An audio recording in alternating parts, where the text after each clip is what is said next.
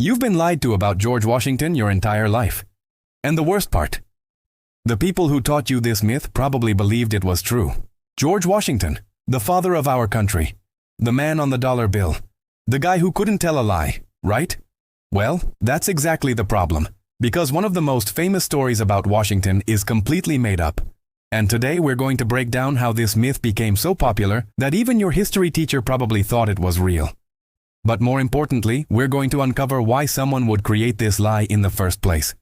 Trust me, the real story is way more interesting than the fake one. Let me ask you something. Have you ever heard the story about young George Washington chopping down his father's cherry tree? You know the one. Little George takes an axe, cuts down his dad's prized cherry tree, and when confronted about it, he says, "I cannot tell a lie," and admits what he did. His father, instead of being angry, praises him for his honesty. It's a heartwarming tale about the importance of telling the truth, and it's been taught in American schools for generations. Here's the thing though. It never happened. Not even close. George Washington never chopped down a cherry tree. He never had that conversation with his father. The entire story is fiction. Complete fiction. And yet, millions of people grew up believing this was a real event in American history. Now, you might be thinking, okay, so it's just a harmless little story. Does it really matter? But here's where it gets interesting. This wasn't just some random tale that got passed around. This myth was deliberately created and spread for a very specific reason. And when you understand who made it up and why, you start to realize just how powerful stories can be in shaping what we believe about historical figures. The cherry tree story first appeared in a book published in 1800, just 1 year after George Washington died. The book was called The Life of Washington, and it was written by a guy named Mason Locke Weems. Now, Weems was a traveling preacher and bookseller, but he wanted to be known as Washington's biographer. He wanted to write the definitive book about America's greatest hero. But there was a problem. Weems didn't actually know Washington personally. He never met him. He wasn't there for any of the important moments in Washington's life. So how do you write a compelling biography about someone you never met? And that's exactly what Weems did. The cherry tree story didn't appear in the first edition of his book. It showed up in the 5th edition, published in 1806. By that point, Weems had figured out that people didn't just want facts about Washington. They wanted stories. They wanted their hero to be perfect, moral, and virtuous from childhood. They wanted proof that Washington was destined for greatness from the very beginning. So Weems gave them what they wanted. He created the cherry tree story out of thin air, presented it as fact, and people ate it up. But here's what makes this even more fascinating. Weems didn't just write this story for entertainment. He had a specific agenda. He wanted to use Washington's life as a moral guide for young Americans. He wanted to teach children about honesty, integrity, and good character. And what better way to do that than to create a memorable story about the nation's most respected figure? The cherry tree tale wasn't just a biography mistake. It was propaganda designed to shape American values. Let's talk about who Mason Weems really was, because understanding him helps us understand why this myth spread so effectively. Weems was born in Maryland around 1759, which means he was actually alive during the Revolutionary War. He became an Episcopal minister, but he wasn't your typical preacher. He was a salesman at heart. He traveled around the country selling books, giving speeches, and basically doing whatever it took to make money and spread his ideas. When Washington died in 1799, Weems saw an opportunity. America was mourning its greatest hero, and people were desperate for information about him. They wanted to know everything about Washington's life, his character, his childhood, his beliefs. There was a huge market for Washington content, and Weems wanted in on it, so he quickly wrote a short biography and started selling it. The first edition was only about 80 pages long, and it was pretty basic, but it sold well enough that Weems decided to expand it. With each new edition, Weems added more stories, more details, more drama. He claimed he was getting his information from people who knew Washington, from family members, from old documents. But historians have since gone through his sources, and guess what? Most of them don't check out. Many of the people he claimed to have interviewed either didn't exist or never said what Weems attributed to them. He was essentially creating a mythology around Washington, not documenting actual history. The cherry tree story is the most famous example, but it wasn't the only fabrication. Weems also claimed that Washington threw a silver dollar across the Potomac River. That didn't happen either. The silver dollar didn't even exist when Washington was young enough to be throwing things across rivers. But again, facts didn't matter to Weems. He was building a legend, and legends need memorable moments. Now, here's where the story gets even more interesting. Even though historians started questioning Weems's accuracy pretty quickly, The cherry tree story continued to spread. It appeared in children's textbooks throughout the 1800s. It was taught in schools across America. Artists painted pictures of young Washington with his axe standing next to a fallen cherry tree. The story became so embedded in American culture that by the early 1900s it was considered common knowledge. Why did it stick so effectively? Because it served a purpose. After the Revolutionary War, America was a brand new country trying to figure out its identity. Americans needed heroes, and not just any heroes. They needed heroes who were morally pure, who represented the best of what America could be. Washington fit that role perfectly during his lifetime.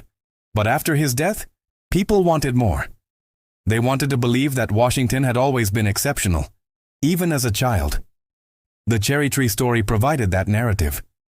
It suggested that Washington's greatness was inherent, that he was born with an unshakable commitment to truth and honor. The myth also served an educational purpose. In the 1800s, moral education was a huge part of schooling. Teachers didn't just want to teach kids facts. They wanted to shape their character, instill values, create good citizens. And what better teaching tool than a story about America's greatest leader being honest even when he knew he'd be punished? The cherry tree tale became a parable, a way to teach children about the importance of honesty through a supposedly real historical example. But here's what's really wild. Even after historians definitively proved the story was fake, it continued to be taught. Schools kept including it in textbooks well into the 1900s. Some teachers would mention that the story might not be true, but they'd teach it anyway because it conveyed good values. The myth had become more important than the truth. Let's talk about the real George Washington for a moment, because he's actually way more interesting than the fictional version Weems created. The real Washington wasn't perfect. He wasn't some flawless moral authority who never made mistakes. He was human. He had a temper. He made strategic errors during the war. He owned enslaved people, which is obviously a massive moral failing that we can't ignore. He was ambitious, sometimes vain, occasionally petty. But he was also incredibly brave, surprisingly humble in many ways, and genuinely committed to the idea of republican government. He voluntarily gave up power twice, which was almost unheard of at the time. That's actually remarkable. The real story of Washington's character development is much more compelling than a simple childhood tale about a cherry tree. Washington wasn't born great. He worked at it. He struggled with his temper and learned to control it. He made mistakes in battle and learned from them. He was shaped by experience, failure, and conscious effort to improve himself. That's a much better lesson than "some people are just born honest." The real lesson is that character is built, not inherited. But Weems didn't want to tell that story because it was complicated. It required nuance. It didn't fit neatly into a children's moral tale. So he simplified. He created a mythology that was easier to understand, easier to teach, and easier to remember. And in doing so, he robbed us of the real George Washington and replaced him with a cardboard cutout. Here's the moment where everything clicks into place. In 1890, a historian named Woodrow Wilson, who would later become president, wrote a definitive takedown of Weems's biography. Wilson went through the book line by line and documented all the fabrications, exaggerations, and outright lies. He proved beyond any doubt that the cherry tree story was fiction. Other historians joined in. By the early 1900s, it was accepted fact among scholars that Weems had made the whole thing up. But here's the shocking part. Even after this was proven, even after it became common knowledge among educated people that the story was fake, it kept being taught. In 1926, more than 35 years after Wilson's debunking, a survey found that the cherry tree story was still in the majority of American history textbooks. Teachers kept teaching it. Parents kept telling it to their children. Why? Because the myth had become too powerful to kill.